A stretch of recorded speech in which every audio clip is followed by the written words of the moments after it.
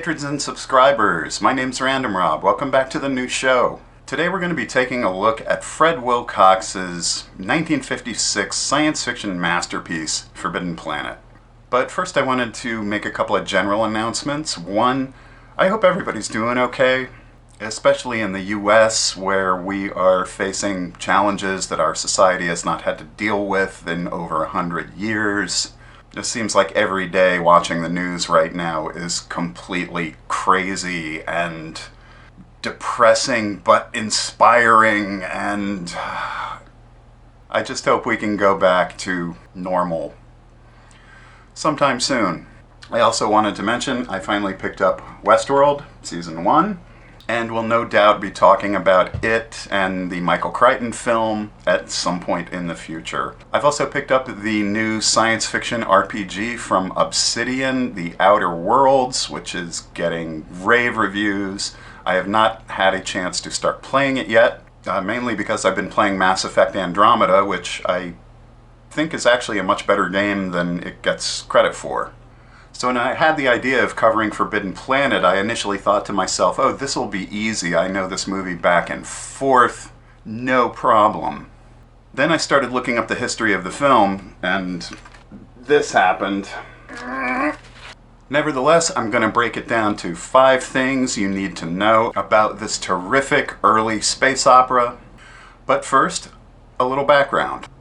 Irving Block and Alan Adler were Hollywood special effects technicians who in 1952 came up with a screenplay for what they hoped would be made into a B-movie called Fatal Planet. A story about a spacecraft crew from Earth discovering on Mercury the survivors of a lost expedition who in turn had discovered an incredible ancient technology buried beneath the surface of the planet. Initially, they pitched the film to some smaller studios, but eventually went to MGM with no serious expectations, as MGM had not made a science fiction film since 1929 with The Mysterious Island. To their surprise, MGM's studio chief, Dor Shari, sidebar, great name, and a really interesting character. Look up his bio. Dor Shari decided to greenlight the film, which is unusual in itself because Shari was not a science fiction fan. It had been decades since the studio had attempted any project like this, and it had been a rough year for the studio. All in all, Forbidden Planet was going to be a big gamble.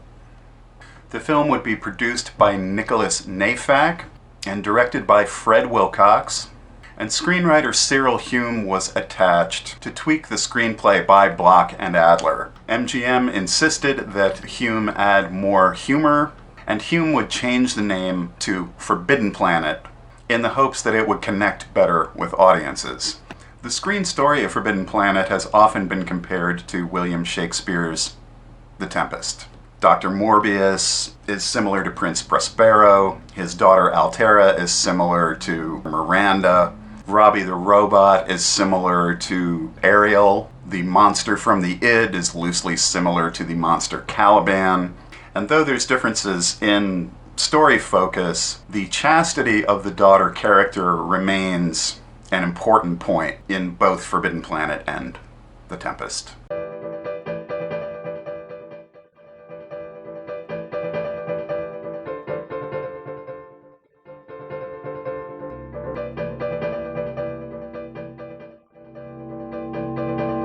The film would be shot entirely on MGM's Culver City soundstage.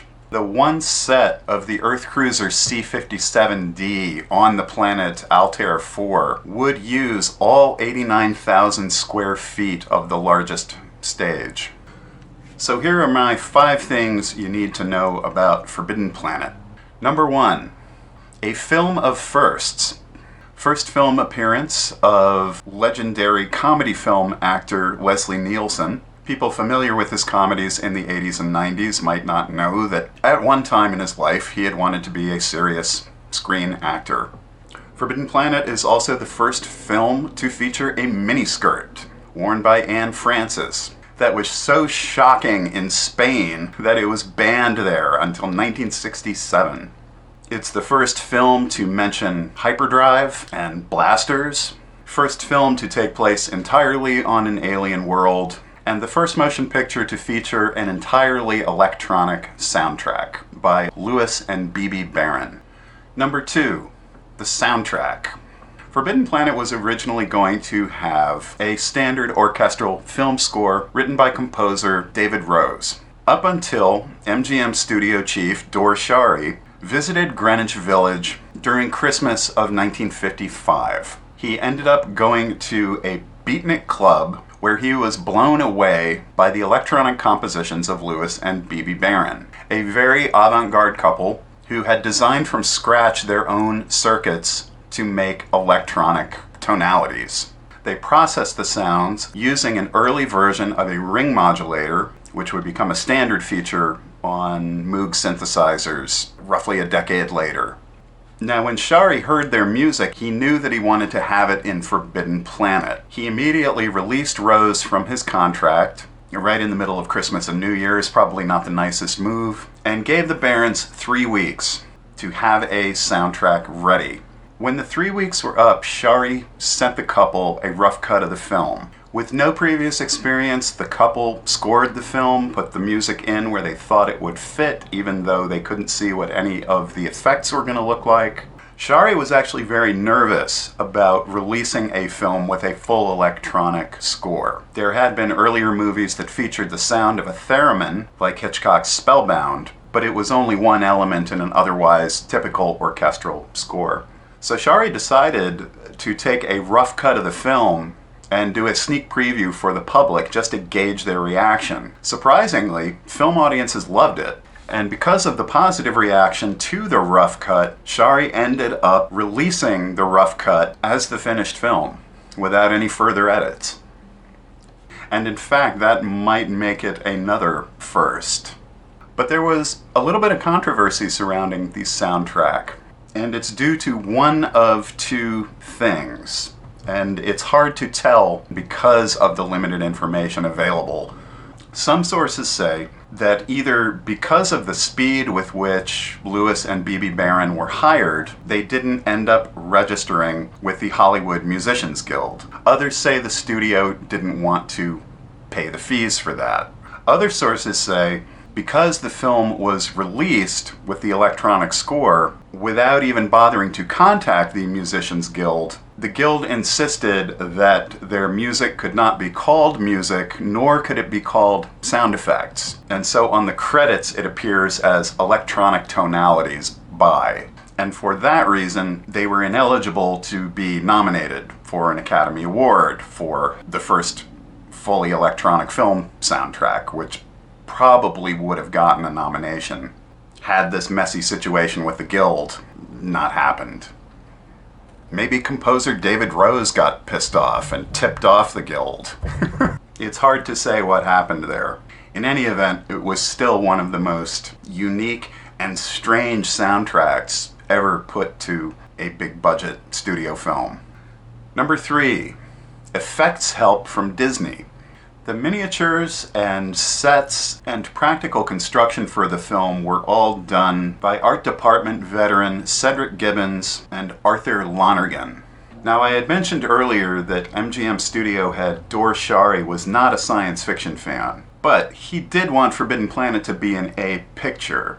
But somehow in the production, the budget for the effects and construction spiraled out of control. And although $1.9 million does not sound like a lot for a modern science fiction movie, it was a lot of money in 1956.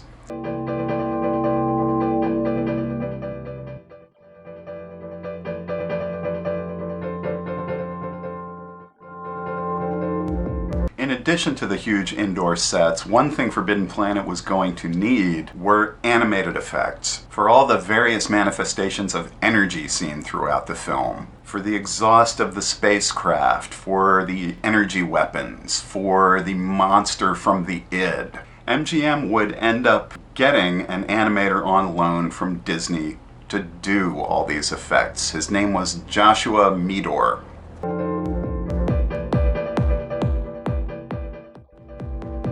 And and the 29 or 30 animated effects he would make for Forbidden Planet all have that distinctive Disney look to them. The animations for the monster of the id, outlined in the force field, were created by him sketching on vellum paper at an animation stand, shooting the drawings in very high contrast, reversing the colors so that the black outline would be white, and then tinting it red.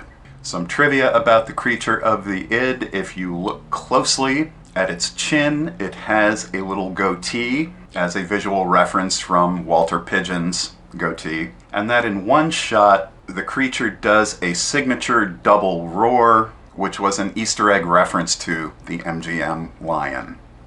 The effects for Forbidden Planet would end up being nominated for an Oscar, but would end up losing to The Ten Commandments.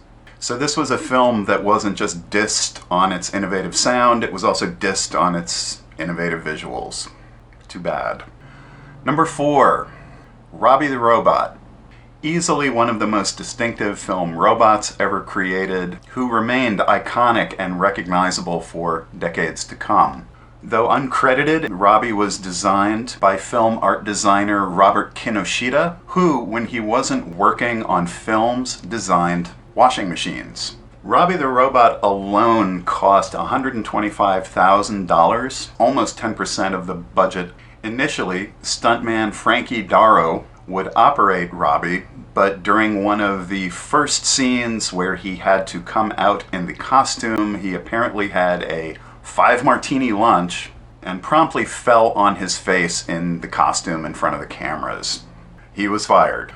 Robbie the Robot would later appear in the movie The Invisible Boy in 1957, and Kinoshita would go on to become art designer for Lost in Space, and clearly borrowed many of the design elements of the C-57D when designing the Jupiter 2. Robbie was auctioned in 2017 along with the service cart he drives for $5.3 million, making Robbie not only one of the most expensive film props ever designed, but the most expensive film prop ever sold at auction, beating out the original Maltese Falcon statuette, which I think had sold for $4.3 million a few years earlier. And number 5, its legacy. Forbidden Planet only ever ended up being a modest success at the box office, allegedly pulling in about $2.1 million, so a profit of about $200,000 on a film that cost $2 million. MGM wasn't particularly happy about it. They ended up letting Dor Shari go because of it.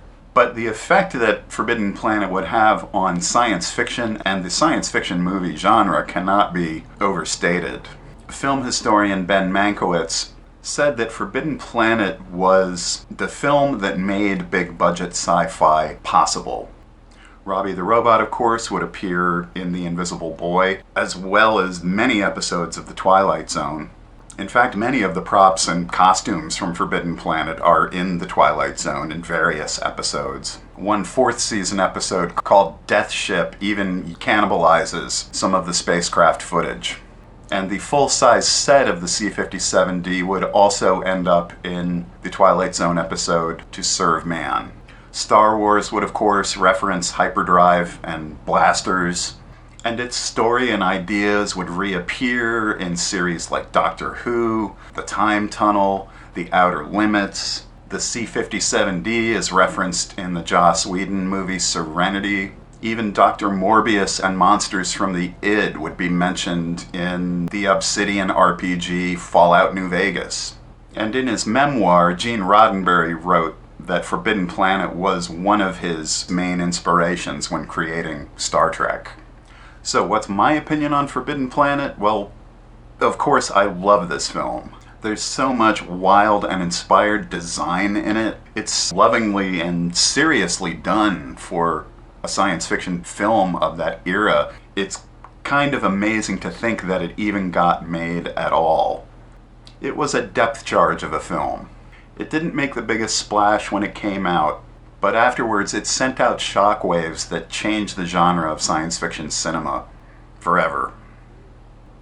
So what are your favorite science fiction films of the atomic era? Let me know in the comments below. And if you liked what you heard, hit the like button and subscribe and consider becoming a patron of the new show. I could use your help. Okay folks, this is Random Rob, signing off till next time. Be excellent and take care. The new show is made possible by generous support from viewers like Tony, Luz, Arnell, Skipnick, Christopher, Marion, Eric, and B. Thank you so much for your support.